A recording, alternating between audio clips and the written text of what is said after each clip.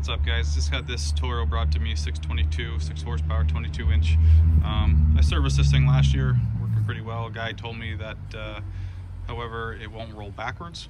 So if I'll show you, I can get it to roll forward, but if I try to go backwards, the wheels just lock up and it won't roll.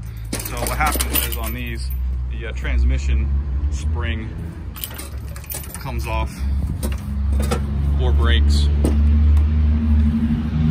and then stuck with this thing always in gear. So there's a spring that sits right here and attaches up here, and that's going to be the culprit on this thing. So I'm going to take you through how to replace that spring, show you how it breaks and why it breaks, and then we'll see if we can get it on and put this thing back together.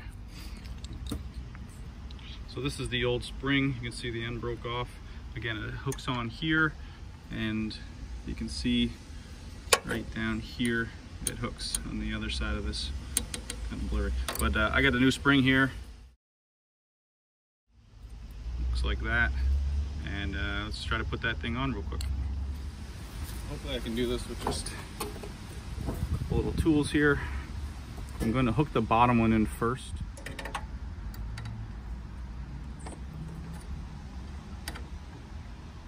Probably can't see this, but as I said, there's a little hole down there. Just going to hook that in.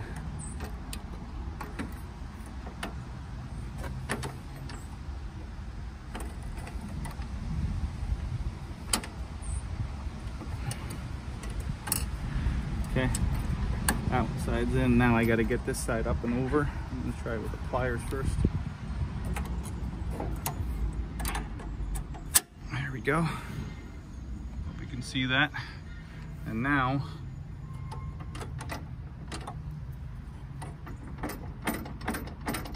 when I engage the handle, that pulls down and engages. So now it should be able to roll backwards. So let's back this up a little bit.